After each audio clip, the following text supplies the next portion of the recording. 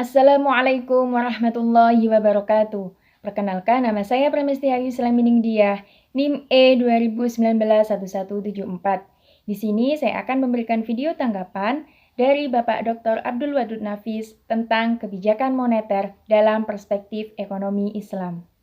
Kebijakan moneter adalah upaya mengendalikan atau mengarahkan perekonomian makro ke kondisi yang diinginkan dengan mengatur jumlah uang yang beredar. Kondisi lebih baik di sini adalah dengan meningkatnya output keseimbangan atau terpeliharanya stabilitas harga. Melalui kebijakan moneter, pemerintah dapat mempertahankan, menambah, ataupun mengurangi jumlah uang yang beredar untuk upaya mempertahankan kemampuan ekonomi agar terus tumbuh sekaligus mengendalikan inflasi.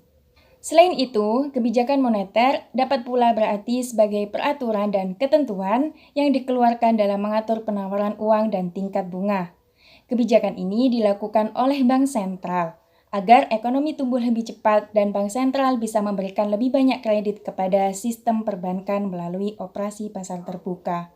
Bank Sentral menurunkan persyaratan cadangan dari bank-bank atau menurunkan tingkat diskon yang harus dibayar oleh bank jika hendak meminjam dari Bank Sentral. Akan tetapi, apabila ekonomi tumbuh terlalu cepat dan inflasi menjadi masalah yang semakin besar, maka Bank Sentral dapat melakukan operasi pasar terbuka atau open market operation. Menarik uang dari sistem perbankan, menaikkan persyaratan cadangan minimum, atau menaikkan tingkat diskon.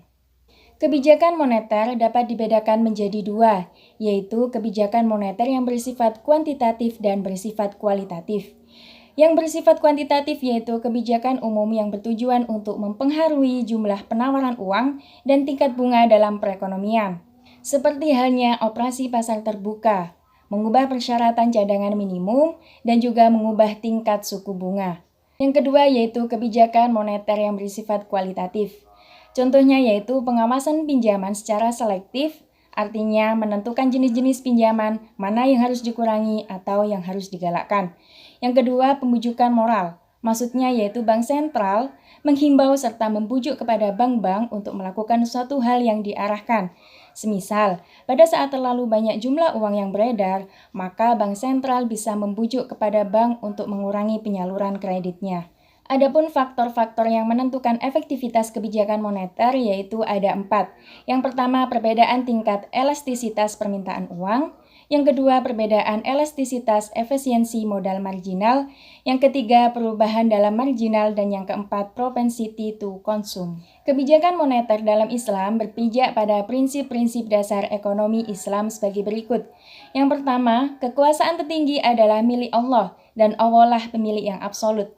Yang kedua, manusia merupakan pemimpin atau khalifah. Yang ketiga, semua yang dimiliki dan didapatkan oleh manusia adalah seizin Allah. Yang keempat, kekayaan tidak boleh ditumpuk terus ataupun ditimbun. Dan yang kelima, kekayaan harus diputar. Kebijakan moneter pada dasarnya merupakan suatu kebijakan yang bertujuan untuk mencapai keseimbangan internal, yaitu pertumbuhan ekonomi yang tinggi, stabilitas harga, dan pemerataan pembangunan.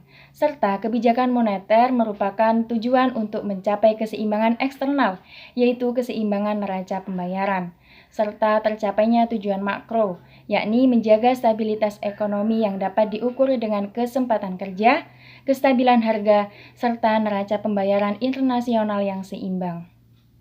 Apabila kestabilan dalam kegiatan perekonomian terganggu, maka kebijakan moneter dapat dipakai untuk memulihkan tindakan stabilisasi. Nah, pengaruh kebijakan moneter pertama kali akan dirasakan oleh sektor perbankan yang kemudian ditransfer pada sektor real.